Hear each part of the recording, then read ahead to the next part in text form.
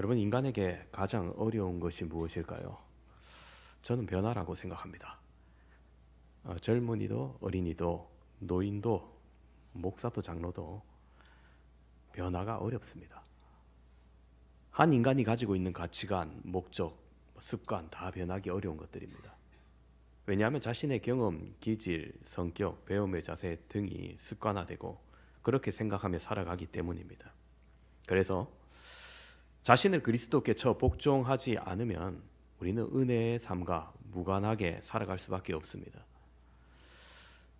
단순히 숫자적으로 말하면은 50년 동안 살아온 습관 고치려면 50년이 걸려야 할 것이고 5,000년 동안 이루어진 민족성을 고치려면은 5,000년이 걸려야 할 겁니다. 몰라서도 변화되지 못하고 알고서도 변화되지 못하는 것이 참 사람입니다. 몰라서 못 고치는 것 이해가 가지만 알고도 못 고치는 것은 참 답이 안 나옵니다. 상담을 해보면 자신의 문제를 잘 알고 있는 것처럼 말하면서도 정작 변화되지는 않습니다. 자기가 교만했다고 말하면서 아직도 교만이 흐르고 있고 남을 속였다고 고백하면서 회개하여 믿고 돈을 빌려주면 또 돈이 떼어지고 달아나 버립니다. 자신의 게으름을 말하면서 고민하지만 여전히 게으름의 자리에서 일어나지 못하고 불충성을 고백하지만은 여전히 불충성의 길을 걸어갑니다. 수단 방법을 가리지 않고 살았던 것을 회개하면서 똑같은 방법으로 살아가는 사람들이 있습니다. 어떻게 변화될 수 있을까요? 사람은 변화에 대한 호기심은 있습니다. 즉 변화를 바라는 마음은 있으면서 그 변화를 두려워한다고 했습니다. 구체적으로 지식의 변화를 두려워하고 자세의 변화를 두려워하고 행동의 변화를 두려워하고 조직의 변화를 두려워합니다. 변화를 원하면서도 또한 변화를 두려워하는 모순된 존재가 바로 인간인 것입니다. 제가 성강교회 부임했을 때도 거의 모든 분들이 변화를 원하셨습니다. 이대로는 안 된다. 우리가 개혁해야 된다. 다들 그렇게 생각하시면서 실제적인 교육의 변화, 훈련의 변화, 예배의 변화, 선교의 변화를 실천하고자 할 때는 과거로 되돌아가는 모습을 자주 보았습니다. 왜 그럴까요? 자신은 그대로 있으면서 다른 사람이 변하고 주변이 변하기를 원했고 정작 자신이 변화되는 것은 꺼렸기 때문입니다. 강사는 변한다. 그러나 사람은 변하지 않는다는 중국 격언이 있습니다. 이 말은 본래 변화를 사람이 싫어한다는 것이죠. 그대로를 편하게 생각합니다. 이런 모습은 연세가 들수록 더욱더 심해집니다. 그래서 조심해야 됩니다. 변화는 항상 우리가 추구해야 될 목표입니다. 이대로가 좋은 것은 아닙니다. 변해야 됩니다. 그럼 어떤 것이 변해야 될까요? 우리의 가정이 변해야 되고 우리의 기업이 변해야 되고 나라가 변해야 되고 교회가 변해야 됩니다. 무엇보다도 내가 변해야 됩니다. 변화를 추구하는 여러분 되시기를 바랍니다. 저도 요사이 변화를 추구하고 있습니다. 목사가 되었다고 성경의 모든 것을 다 아는 것은 아니기 때문에 경험 안에서만 생각해서는 안 됩니다. 성도를 가르칠 때 이전의 경험뿐만 아니라 새롭게 연구하고 배워야 됩니다. 그래서 세미나나 훈련이나 연구 등을 통해서 더욱더 날카롭게 말씀의 검을 다듬어야 됩니다. 성도도 마찬가지입니다. 우리가 교회에서 직분을 받았다고 해서 다 끝난다면 문제가 있습니다. 따라서 변화를 위해 노력해야 됩니다. 애를 써야 됩니다. 변화되기 위해서 말입니다. 오늘 말씀은 야곱의 위기를 통해서 변화의 원리를 우리에게 알려주고 있습니다. 야곱이 위대한 것은 그가 위기 때마다 하나님께 매달려 그 변화를 모색했다는 겁니다. 오늘 말씀을 통해 내가 변화되기 위해서 무엇을 해야 될 것인지 우리가 살펴보면서 은혜의 변화로 나아갈 수 있기를 바랍니다. 야곱은 고향으로 돌아오고도 세겜에서 약 8년간 살았습니다. 아마 그곳에서 경제적으로 어느 정도 자리가 잡혔고 발전을 했을 겁니다. 그런데 세겜에 살면서 딸이 강간을 당하고 아들들은 원수를 갚기 위해서 사람을 죽였습니다. 위기가 찾아옵니다. 변화를 추구할 수밖에 없습니다. 오늘 말씀은 바로 그 배경 속에서 나온 말입니다. 야곱은 가장으로서 집안 모든 사람에게 하나님의 말씀을 전합니다. 일어나 베델로 올라가서 거기 거주하며 하나님께 제단을 쌓아라 말합니다. 그러면서 너희 중에 있는 이방 신상을 버려라 말합니다. 여러분, 하나님을 만나기 위해서는 어쩔 수 없는 방법입니다. 그렇습니다. 첫 번째로 변화되기 위해서 과거의 습관을 버려야 됩니다. 너희 중에 있는 이방 신상을 버리거라고 2절은 그렇게 말하는데, 여러분, 이 이방 신상들 누가 가지고 있었을까요? 야곱의 간호들, 자녀들 혹은 아내들, 지금까지 자신을 돌보아 주었다고 생각했던 그 신상을 버리라는 겁니다. 한국에 기독교가 처음 들어오고 가장 먼저 발생했던 문제가 제사 문제죠. 제사 문제로 흔들립니다. 아니, 좀 제사 좀 지내면 되지. 왜 그렇습니까? 제사 지내는 것 자체도 문제이긴 하지만 더 중요한 것은 우리나라 사람들이 사고가 조상신에게 의탁하는 겁니다. 잘 되면 내 탓이고 못 되면 조상 탓이다, 그렇게 말하는 것처럼 어떻게든 조상과 연결 지으려고 생각했던 겁니다. 그것이 우상 숭배가 되는 겁니다. 그래서 확실히 끊기를 원했습니다. 그렇습니다. 여러분, 약점을 버려야 강점이 됩니다. 강점이 생겨야 힘이 나는 겁니다. 여러분, 변화하고 싶으십니까? 나도 하나님의 뜻을 따라 선하게 살며 오늘 이 야곱처럼 하나님께 갑절의 복을 받길 그렇게 원하십니까? 그렇다면 여러분, 약점을 버리시고 우상을 버려야 됩니다. 야곱은 하나님의 말씀을 듣고 가장으로서 가족들에게 말합니다. 너희 중에 있는 이방 신상을 버리라. 우상을 버려야 하나님을 섬길 수 있습니다. 약점을 버려야 강점을 살릴 수 있습니다. 자신을 개선해서 발전시킨다는 것은 곧 약점을 버리는 겁니다. 제가 사역을 하면서 이사를 자주 할 수밖에 없었습니다. 근데 이사를 하려면 먼저 뭐가 필요합니까? 묵은 짐을 버려야 되죠. 어떤 분이 그런 말씀을 하더라고요. 자기는 물건을 버리는데 회사도 그렇고 가정도 그렇고 좀 연구를 해보니까, 머리를 써보니까 결론이 이렇게 나더라는 겁니다. 5년 이상 안 쓴 물건은 아무리 오래 재어놔봐도 결국엔 안 쓰더라는 거예요. 그래, 다 버리라는 겁니다. 맞는 말입니다. 버려야 변화가 됩니다. 사람이 살면서 매일 나쁜 마음이 들어옵니다. 어쩔 수 없어요. 그러면 그때 어떻게 해야 되느냐? 나쁜 마음을 버려야 되는 거죠. 의인이 되려면 죄를 버려야 됩니다. 죄와 의가 함께 할 수 없는 것처럼요. 이 자리에 남편분들 많으신데 유감스러운 말씀이시지만, 남편분들, 오늘부터 내가 가정적인 남편이 되어야겠다 한다면 뭐부터 해야 될까요? 쓸데없는 친구들을 버려야 됩니다. 술 먹자 하는 친구, 나와서 노름하자 하는 친구, 온갖 동호회 친구들 다 만나면서 가정에 헌신하는 남편이 될 수는 없습니다. 하나님과의 관계도 마찬가지입니다. 이사야 55장 7절에 이렇게 말합니다. 악인은 그 길을, 불의한 자는 그 생각을 버리고 여호와께 돌아오라. 그렇습니다. 버려야 할 것을 버리고 하나님께 나와야 된다.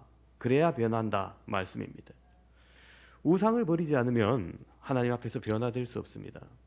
어떤 우상일까요? 이들이 가지고 있었던, 야곱의 집에는 드라빔이라는 우상이 있었습니다. 이게 아내 라헬이 자신의 집에서 몰래 가지고 온 겁니다. 어릴 때부터 익숙하게 보아왔던 거겠죠.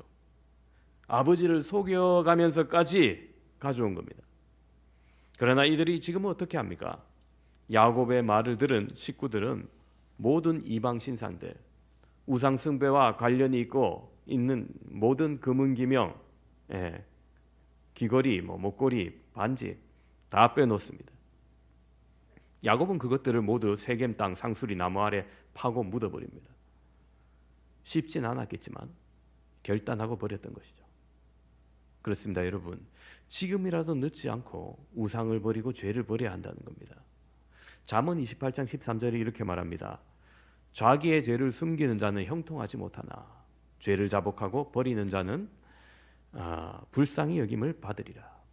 그렇습니다, 여러분. 진정 변화되길 원하십니까? 그렇다면 버려야 될 걸 버리시기 바랍니다. 그게 뭡니까? 각자 다 다르죠. 그러나 분명한 것은 누구나 버려야 할 것이 있다는 겁니다. 그것을 버림으로 변화될 수 있는 축복을 누리시기를 바랍니다. 우리가 교회 생활하다 보면 때때로 바람직하지 못한 위기를 경험할 때가 있습니다. 바로 다른 사람이 미워질 때죠. 그럴 때 여러분 세 가지 단계로 기도합니다. 첫 번째는 미우니까 기도하면서 아유 하나님 저 사람 벌 받게 해주십시오 그래 기도합니다. 아니 그렇게라도 기도한 게 나아요. 기도 안 하는 상황보다는.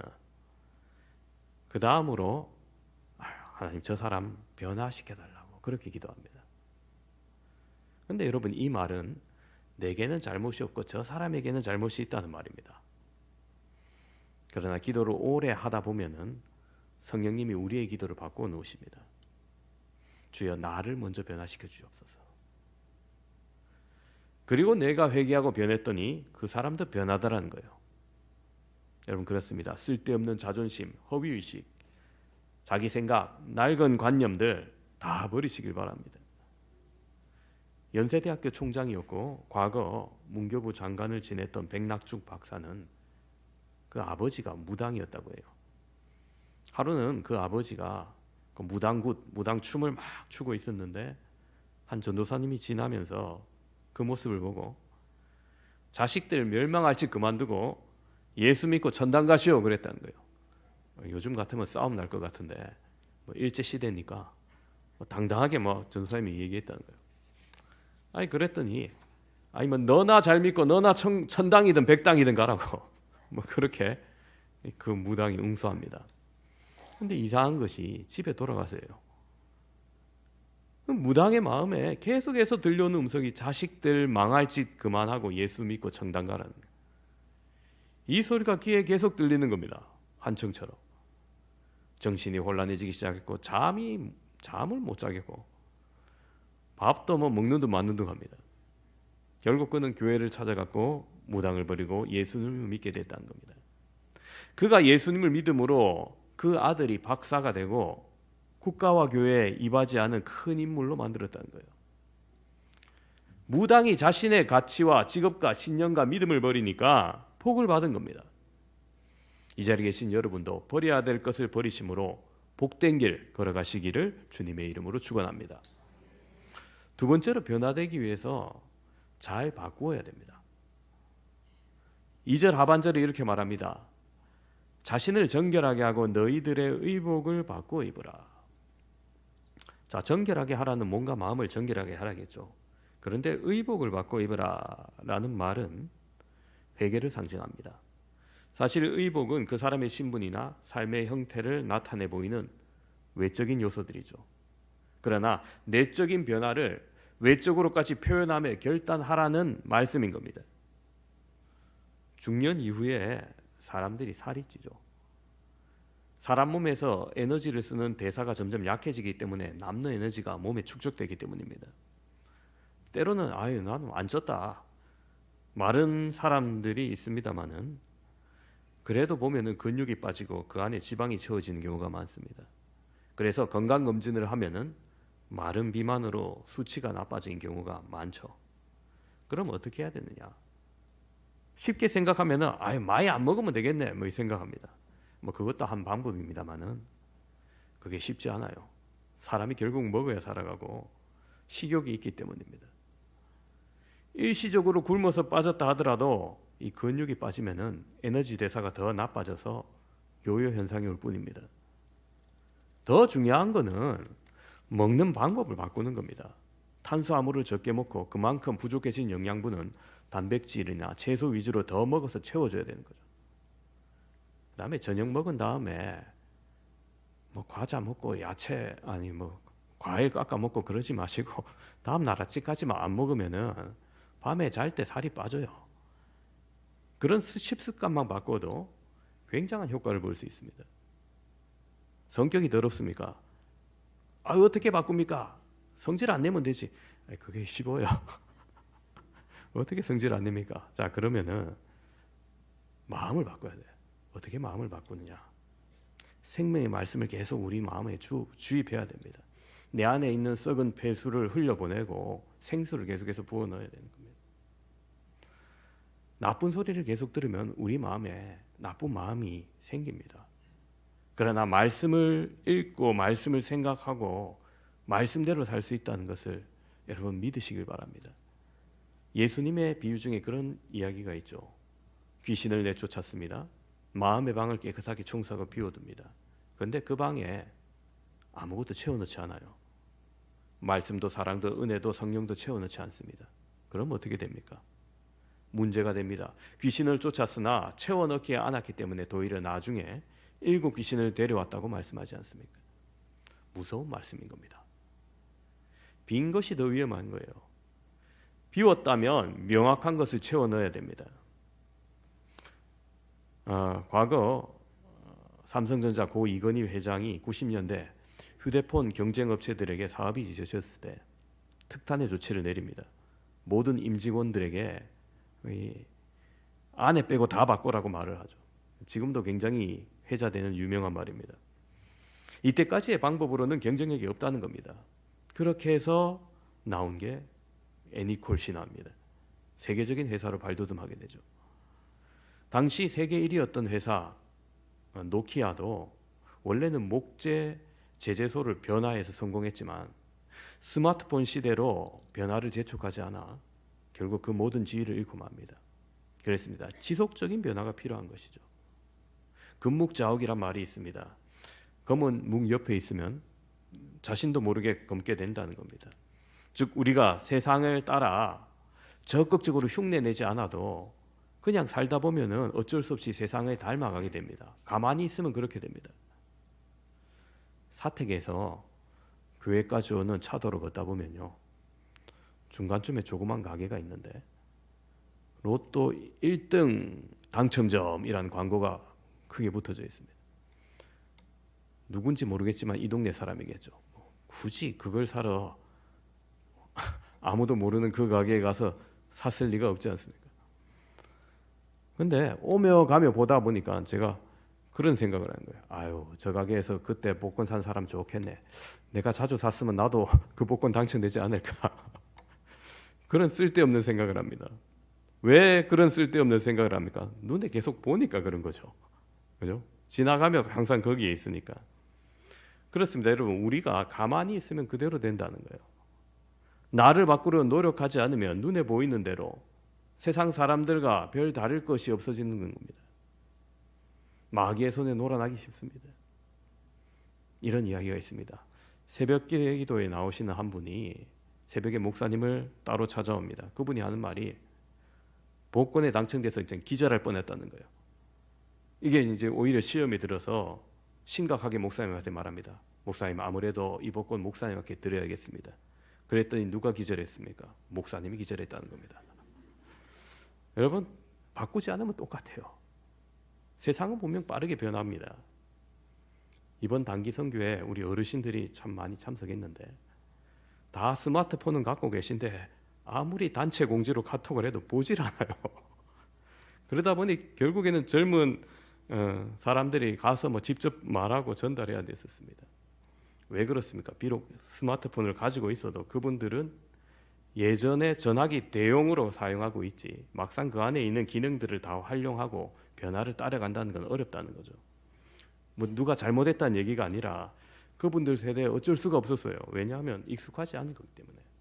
뭐 이해합니다. 당연합니다.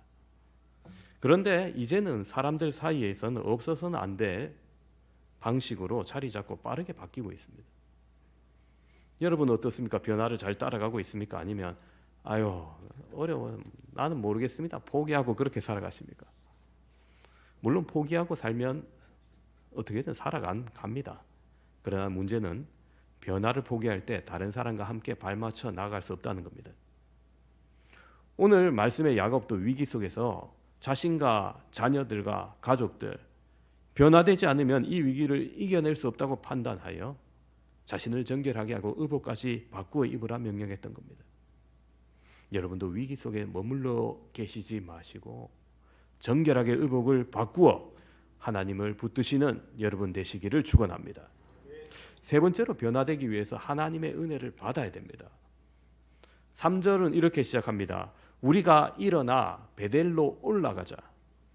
여러분 베델이란 말의 뜻은 히브리어로 벳은 집이고요. 엘은 하나님입니다. 즉 하나님의 집이죠. 야곱이 젊은 시절 형을 피해 외삼촌 라반의 집으로 갈 때 하나님을 만났던 곳입니다. 막막하게 하란으로 향해 가던 그가 밤에 돌을 베개 삼아 노숙을 하다가 꿈에서 천사가 사닥다리로 오르락내리락 하는 것을 봅니다. 그리고 여기가 하나님의 집이구나 그렇게 생각을 합니다. 하나님의 사자가 말합니다. 땅의 복과 자손의 복을 얘기합니다. 즉 아브라함이 받았던 그 복을 이어줄 것을 약속하시는 겁니다. 그리고 야고보는 꿈에서 깨어서 그곳을 베델이라고 이름 짓습니다. 즉 야곱에게는 그곳이 은혜를 받았던 장소, 하나님을 만났던 장소입니다. 성도 여러분, 여러분들은 오늘 이곳 교회에서 하나님의 집에서 은혜를 받아 변화될 수 있기를 바랍니다. 신약적 표현은 뭐겠습니까? 보혜사 성령을 받으면 사람이 변합니다. 성령의 사람이 될 때 혈서를 써도 고쳐지지 않던 나쁜 습관이 고쳐지고 절제력 없던 사람이 절제력이 생깁니다.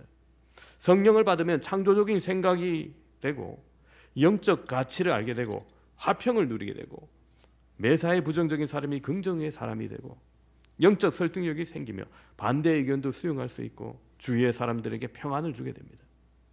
또한 고집을 버리고 부드러운 사람이 되며 이기적인 사람이 자신의 모든 재능을 하나님의 영광을 위해서 사용하게 되며 인내심이 생기며 뼛속 깊이 미움을 품지 않고 남을 위하여 희생할 줄 아는 사람이 되는 것입니다.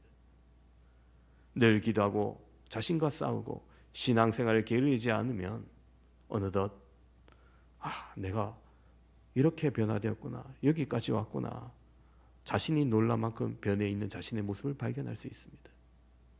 사실 내가 아무리 버리고 애쓴다고 해도 다른 것을 채운다 해도 여러분 은혜를 받지 못하면 헛수고라는 거죠. 그래서 은혜 받는 일에 여러분 목숨을 거시기 바랍니다. 나를 변화시킬 수 있는 분, 진정 나를 바꾸실 수 있는 분은 하나님밖에 없습니다. 그래서 은혜의 하나님께로 우리가 나아가야 됩니다. 하나님만이 우리를 새 사람으로 만드실 수 있습니다.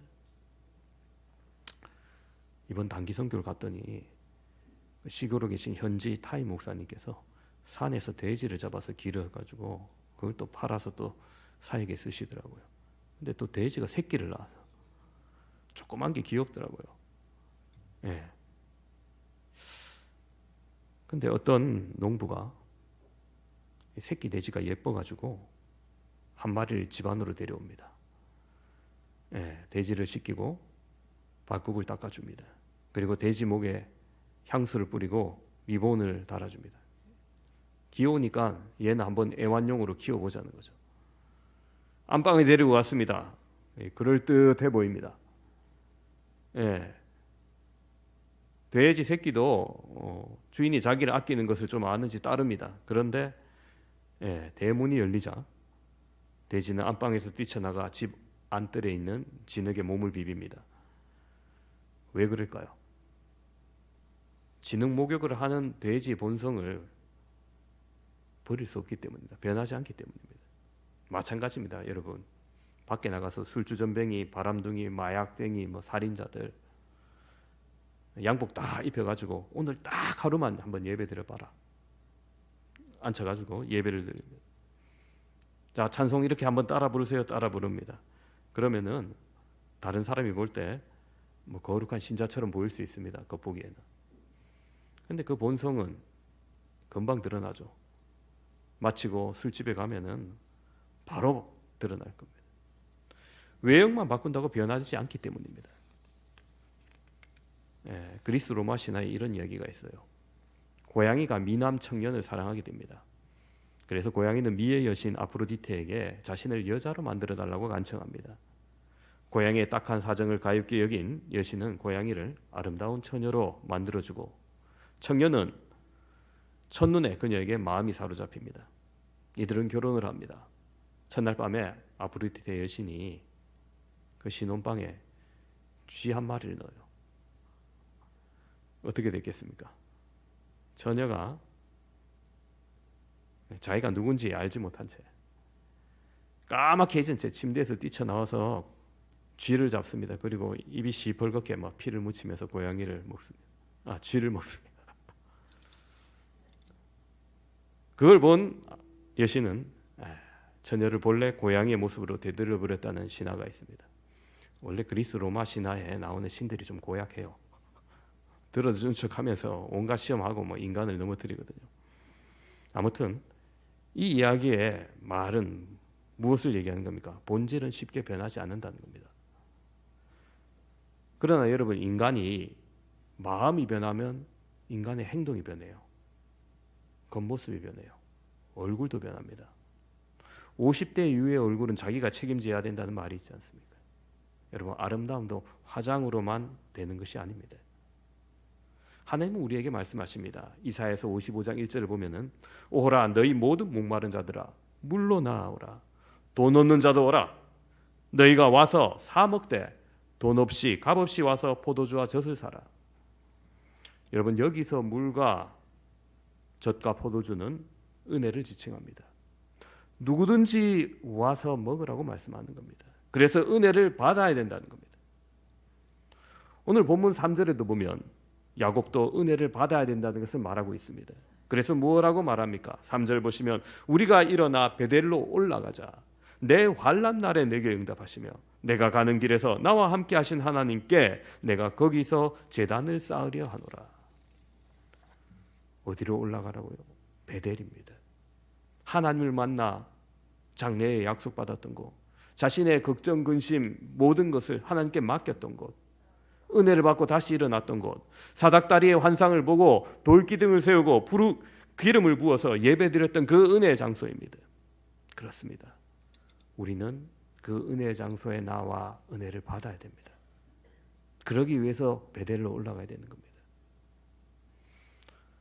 주일 날이 되면은 저를 비롯한 대부분의 목사님들 날씨에 신경을 씁니다. 왜 그럴까요?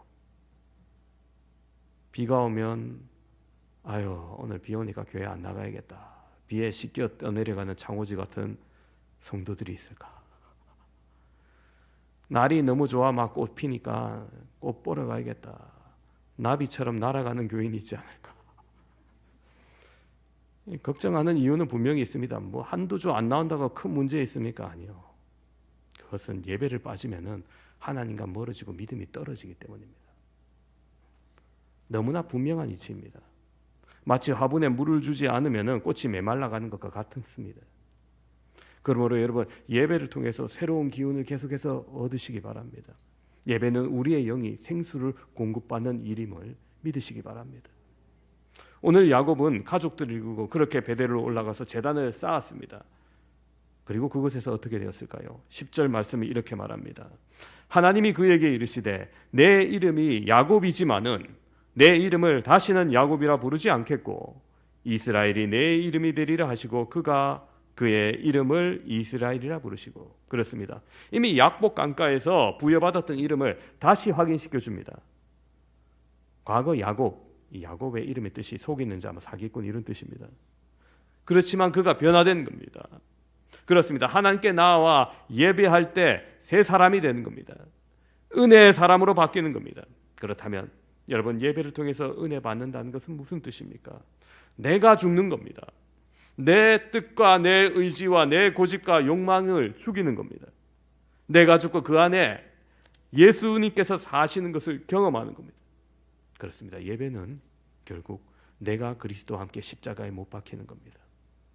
예배를 통해서 여러분 이런 은혜를 체험하시기를 바랍니다. 오늘 말씀을 정리합니다. 함께 예배드리는 사랑하는 성도 여러분, 변화가 어려워도 우리는 변해야 됩니다. 그것이 어떻게 가능합니까? 첫 번째로 버리시기 바랍니다. 버리지 못할 때 불행합니다. 쓸데없는 자존심, 허위의식 쓰레기통에 버리시길 바랍니다. 두 번째로 바꾸시길 바랍니다. 회개의 모습으로 이어져야 됩니다. 옷을 갈아입듯이 생각을 바꾸어야 합니다. 말과 잘못된 습관들 바꾸어야 변화될 수 있습니다. 세 번째로 하나님의 은혜를 사모해야 됩니다. 특히 예배를 통해서 은혜를 받아 변화되어 스스로도 놀랄 수 있는 여러분 되시기를 주님의 이름으로 축원합니다.